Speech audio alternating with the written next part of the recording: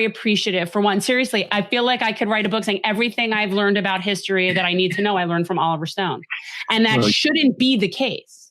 Well, and probably some Ken Burns. There's definitely been some like other documentary people that I have watched, but we shouldn't have to be reprogrammed. Well, Ken Burns' view of Vietnam is wrong, I think, and he takes the point of view that we're the good guys there, and we intended to do good, and he glosses over all the evil we did. This is why he's allowed on PBS. When you have a madman like Curtis LeMay, chief of staff of the Air Force under Kennedy, if you remember, who bombed the shit out of Germany and who bombed the shit out of Japan. He wiped out Japan. I mean, and then of course the atomic bombs, but he didn't do that. But he was the bombing lead on Japan. And then he did the same thing in Korea. People didn't even think about it. Korea was wiped out, the North and the South. There was a civilian population. There was no differentiation between civilian and military. It was the most brutal campaign. And it continued into Vietnam. He wasn't there, he died, but the same mentality operated. Bombing was okay because you're not down on the ground seeing the results. So you drop bombs. John McCain, I could not stand that man when he was, I'm sorry, many people think he's a great senator. No, not here. He bombed the shit out of, and he had no regrets. No regrets. No, these are like, to me, I think of most of these people as just war criminals, and we just have no recourse because we're that powerful. So there's no recourse. They could just do whatever they want. I think pretty much most people in the past 3 administrations should be incarcerated. So, but we don't really get to that. The General Petraeus is a good example. It's funny because he missed the Vietnam War, but he comes up with this whole theory, the counterinsurgency theory for Iraq, where he's going to fight the war successfully in Iraq. So he uses basically the same thinking of the Viet Cong and NVA. And he goes about it, and it's a disaster in Iraq. It's a disaster. We cannot organize or manage a war anymore. We do not have that ability. We lost that ability because we're filled with hyperinflation. We're filled with lies. We don't tell ourselves the truth. The architects for fundamental architecture of our society, it needs to be trimmed and made economical again. And I don't see that happening, even close to it. So talk about climate change. I mean, we're spending a fortune on this thing. And I don't think we're going to get the same results that we'd like to get because we're spending so much money, we think we're solving it. Maybe it's got to be solved by thinking and doing less and using our brains, using our technology with energy, and using our new minds that are looking for solutions, including nuclear energy. It's very important that we understand how to use energy and what all these windmills are. We can build all the windmills we want. Whether that's going to solve it is a big issue. I don't think so, because it takes a lot of land, and I think solar has the same problem. Well, I'm all for expanding them, but I do think there's a limit to which we can go. Yeah, we talk about that. And I think that humans believe that we could just switch over from, fossil fuels and just keep living how we're living. And the reality is that we can't do that because there are a lot of things in the way we live that are completely dependent on fossil fuels. And instead of changing the way we live, we think we could just sort of put a Band-Aid on that and try to get that power from using renewable energy. And I just don't think, I think there's going to be major compromises that are going to have to be made. You made a great point. Well, we have to keep working on the research with these new energies, because there are ways to get away from oil to a certain degree, and cars, for example, and airplanes. These things can be rejuggled. There's a lot of good new work being done. I was just up at the Idaho National Laboratory, and I saw great work being done. I want to go to Idaho. No, you definitely made a great point about the fact that nuclear is the transitional energy. We've said that before. In terms of the base of, if you want to get away from coal and natural gas. Actually, young people like you have been finding that out. What's interesting is that the environmental movement, when you study it in detail, a lot of it was supported by the oil companies. Rockefeller was the first one in 1957 to see the way and he put money into Greenpeace and things like that. I forget the first one was called, but they put money there because they did everything possible to block nuclear energy. They knew that was a solution that they couldn't outcompete. So they did work, and the environmental groups heard it quite a bit. But some environmental groups have come around now to see. But the young people, is a difference is when you talk to a young person, they're not scared of nuclear because they say the end of climate, the end of Earth is far more concerning to them than nuclear war. Yeah, that's the truth. And their perspective is very on point. We work with a lot of youth down here, and a lot of them are also vegan. Like for them, yes, that's a big thing too. Our diet and things that are really proactive about what we need to do in order to fight this. But the truth of the matter is, and maybe you caught this the other day, this was absolutely fantastic.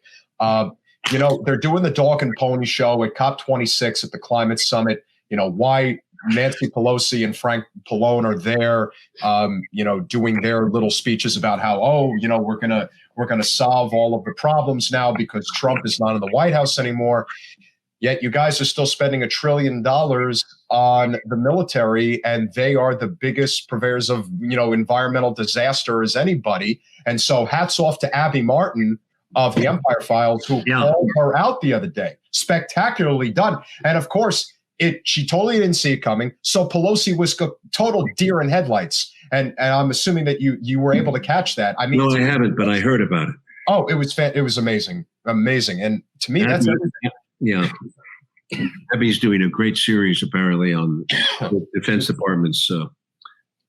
She's one of the few journalists we have left. She's one of the few that people can watch. As we wrap up, are you okay? No, he's coughing. I'm okay. Okay. So somebody had a question, and I know you said it earlier. You were talking about the JFK Revisited and that it's going to be on Showtime, right? That's where it's starting on Showtime. It's starting, yeah. Okay. And then hopefully after that, it'll end up back on Netflix. Well, it'll go on Netflix. That one I don't know. I can't tell you because that is a controversial subject. Netflix tends to be scared of controversy. So, I mean, it will get out through Amazon, maybe at least as a commercial release. I can't guarantee any platform anymore. Showtime is stretching to do this, and they've done it. We'll see what they do. The app and all that, but we will have a deal by January for a general release. I guarantee. But what we're talking about, people, is Oliver's project, JFK Revisited. It's an expanded look and an updated look at JFK, and you said it was 4 hours. There's a 4 hour. There's a 2 hour version. Out also, 2 hour and a 4 hour. Okay. Buffs, people who care to really get in. 2 hours to familiar. That's like us. We're like. That's like us. I just get into these things and then I just start going down and then I have epiphanies. My only question for you is the one place where you did not update me, where I had to deprogram myself, was on Israel-Palestine. Yeah. That's something that, and as a Jew in South Florida, has been very hard to deprogram, growing up with post-Holocaust grandparents and this whole very fear-based, got to protect Israel, got to have Israel, everything about Israel. And to speak against that as a Jewish person has not been easy. And that is, I think, the only real controversial thing I did not get from you. Well, as I'm in the hot water enough, I got a lot of shit back in 2004. I did a documentary called Persona Non Grata. And it was about I went to Palestine and Jerusalem, and I went to the other side. I went to the Arabic side, and I was in Ramallah when the Israelis came in, and we got out by the hair of our teeth because of the Canadians got us out. Our documentary crew. It was quite an exciting time, but I was called all kinds of names when I spoke out for Palestinian rights, and next thing I knew, I was reviled in the Western press, and there was a lot of heat. That happens a lot. So the people are doing that all the time, but you forget about it. But essentially, it burned my tail off, and I'm very sensitive about that. Did you were called anti-Semitic? Is that it? Were you anti-Semitic? Okay. Of course. Okay. So, hi, I'm a self-loathing Jew. I am too. Though my father was Jewish, my mother is Catholic. So it's even harder, and the Zionism thing is big. I mean, that whole generation. It was very, very big. That's what they were taught. There's an interesting story on JFK that you may not know, which we have in the 4-hour version, not in the 2-hour version. JFK was very concerned about David Ben-Gurion, and Ben-Gurion getting the bomb was a big deal back in the 60s. And guess what happened? JFK was resolutely against them working on the bomb, and he was about to put a stop to it. He warned them, he did everything possible to stop it. He didn't want proliferation of the nuclear weapon, and he was right. And guess what? At the moment he died, of course, Lyndon Johnson, who reversed every policy he made except on civil rights, Johnson went ahead and closed his eyes. The Israelis continued to build the bomb in 68. I believe it was 68. At that reactor, they have Dimona. They finished the bomb. And Johnson never even told anybody. It's typical of a hypocrisy, but it's the American, the third rail. Don't go after Israel. I always say that. I'm like, Israel is the third rail. The rail. That's the thing. I mean, it's always a problem. And especially in my district, it does not go over well. This is not going to. No, I can see that. Do they allow you there? Or are you back for Yom Kippur or what? I am a non-practicing, very secular.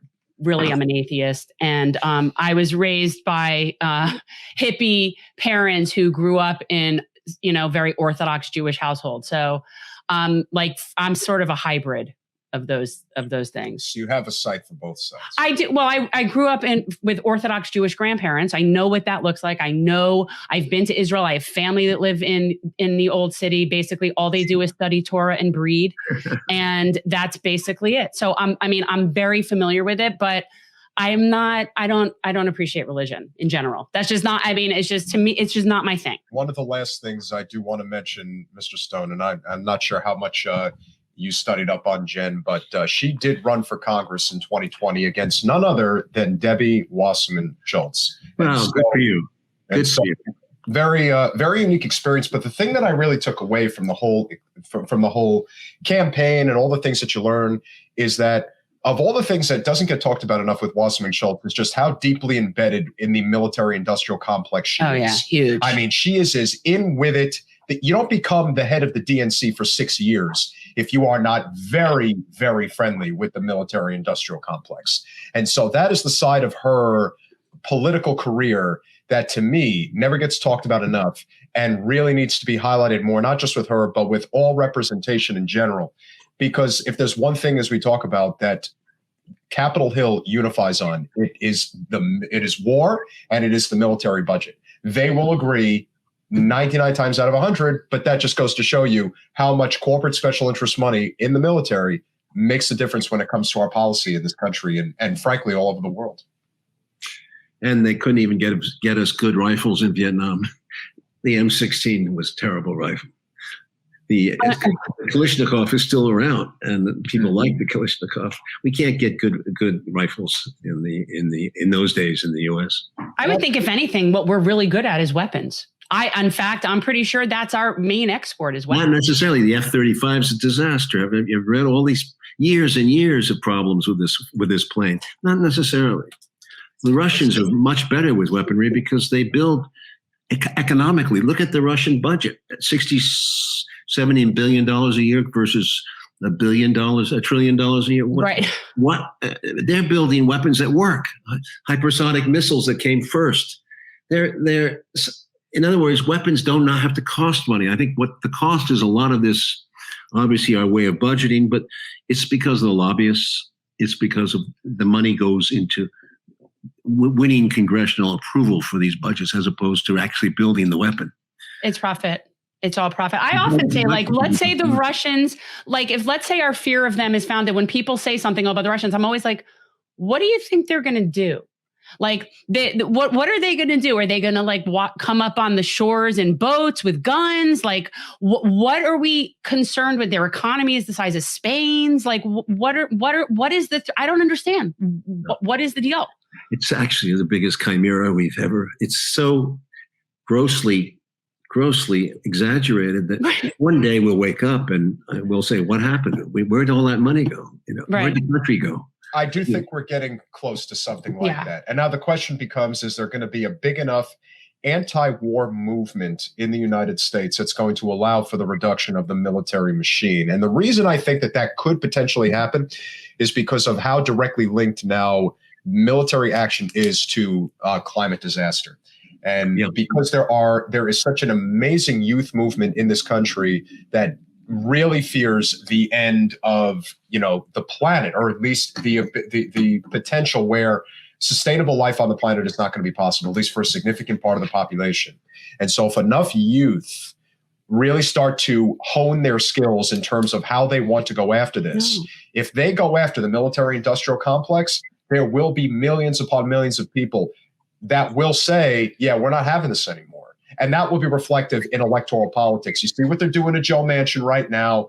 If they get better and more efficient at it, they're going to really be we can really ride the back of this new generation that is basically saying, yeah, we're not doing this shit anymore. Pete, from your lips to God's ears. Thanks for watching. If you want to support our mission to transform politics into service, please like this video, subscribe, follow us on social media, and consider joining our Patreon, where you'll get early access to our interviews as well as other exclusive content. Links are in the description. Peace out.